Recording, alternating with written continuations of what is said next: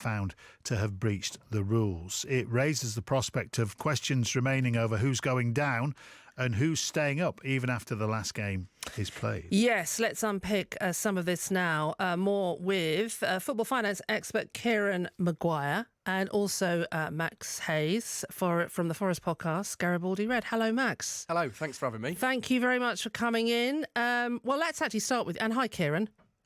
Hi, Claire. Hi, Max, let's start with you then. Your reaction to the deduction.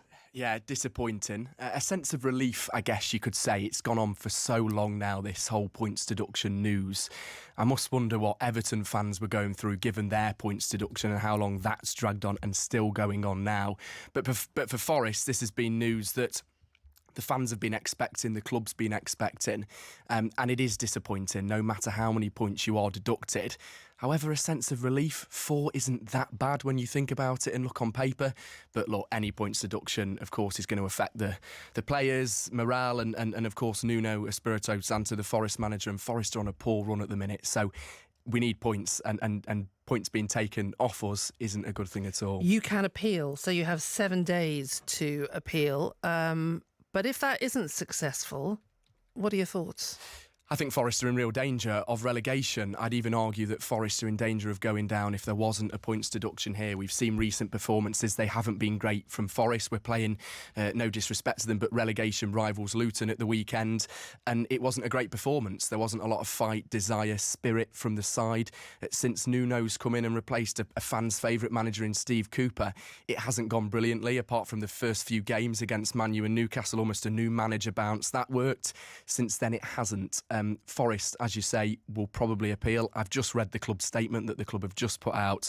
It's very lengthy, and it's very kind of firing back at the Premier League. So I'd expect them to appeal, but this is going to be dragged out. This is going to go on for a while now, possibly till the end of the season, if not after. So Forest could be relegated, then unrelegated from this situation. For me, if I was at the club, I'd be looking to put this to bed, accept the 4 points. We have broken the rules and we move on.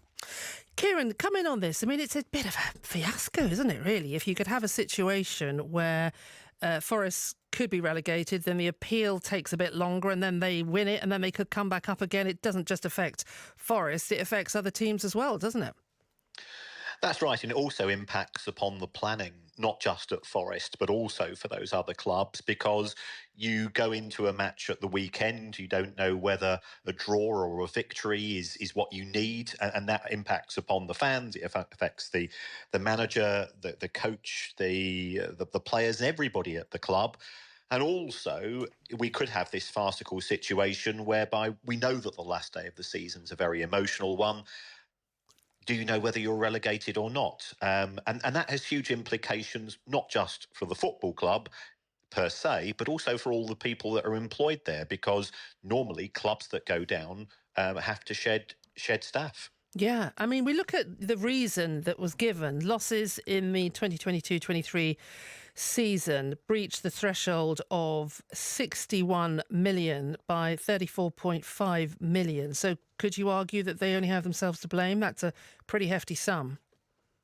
It is, but at the same time, Forest were having to operate with one hand held behind their back, because they were allowed to lose only £61 million over 3 years because they'd just been promoted from the Championship, whereas other established clubs in the Premier League, the likes of, say, Palace or Brighton and so on, they could lose 105. So it does seem harsh. You know, if Forest had been allowed to lose 105, they would have been just within the allowable limit and we wouldn't be having this conversation.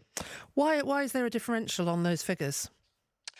Well, the reason for that is that if clubs have been in the Championship, they're only allowed to lose £13 million each year. And if they've been in the Premier League, they're allowed to lose £35 million. So in the case of Forest, it was 35 plus 2 13s, which gave them a loss of 61 million, which was their target.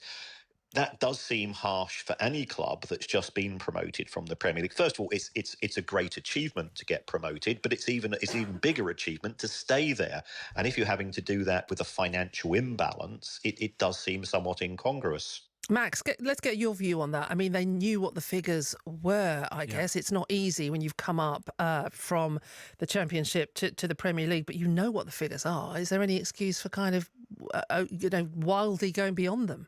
Yeah, I mean, Forest argued mitigation with Brennan Johnson, which, to be fair, the Premier League took into consideration. That was the sale of Brennan Johnson not being sooner, the club delayed to allow basically more funds in. They have taken 2 points off for that, but you can argue that any team that spends as much money as Forest did in the summer when they got promoted, they made 30 signings. If a team's going to make 30 signings, you're going to be expected to make a huge loss. And that's how Forest have found themselves in this trouble, as you mentioned there, Claire. And also, I think the problem is Premier League clubs have to compete, and we see the difference of a gulf of quality between the top 10 and the lower half of the league. Forest are in that lower half of the league at the minute, near the bottom. So in order to compete against the likes of even the top 6, you look at Man City, Man United, Arsenal, even teams like Brighton now and Newcastle that are pushing towards those European places, Forest have to spend money. So you can see both sides of the argument. Given that, though, the owners know the rules. This is an ownership that's come from Greece. They've been involved in football for a long time. They knew the rules when they took over Forest and came to England and bought Forest. They've broken them.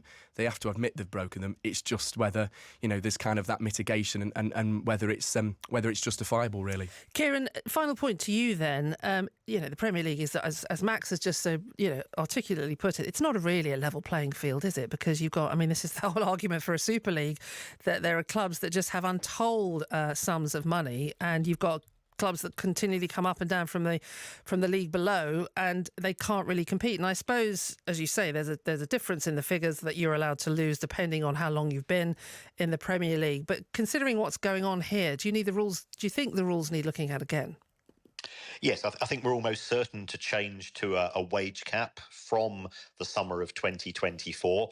Unfortunately, that will just reinforce the existing imbalances within the game, because you can have a club such as Manchester City, which generates 700 million a year, which can spend 70% of its income, so it can spend 490 million pounds on wages, and a club such as Forest, perhaps generating 200 million, which can only spend 140 million on wages. So we're not going to have better rules, we're just going to have different ones. Good to have you both here. Thanks for coming in the studio, Max. Appreciate Good to see it. you. Max Hayes there. If you want to catch him, he's on the Forest podcast, Garibaldi Red, and football finance expert Kieran Maguire. Thanks for joining us. And I think you were saying, Max, there was a massive statement from Forest. Yes, there is. I'll read you a few highlights from it. Nottingham Forest is extremely disappointed with the decision. After months of engagement with the Premier League and exceptional cooperation throughout, this was unexpected and has harmed the trust and confidence we had in the Premier League. We were also surprised that the Premier League gave no consideration at all to the unique circumstances of the club and its mitigation in circumstances where this approach is followed by future PSR commissions. It would make it extremely difficult, if not impossible, for newly promoted clubs without parachute payments to compete, thus undermining the integrity and competitiveness of the Premier League. There will be occasions when a player transfer cannot be completed in the first half of a transfer window and can only be completed at the end of that window. This should not be a reason for the condemnation of a club. For this not to be recognised by the Commission or the Premier League should be a matter of extreme concern for all fans of our national game. The rationale of the Commission is that clubs should only invest after they have realised a profit on their player development. This reasoning destroys mobility in the football pyramid, and the effect of the decision will be to drastically reduce the room for manoeuvre for all such clubs, leading to stagnation in our national game.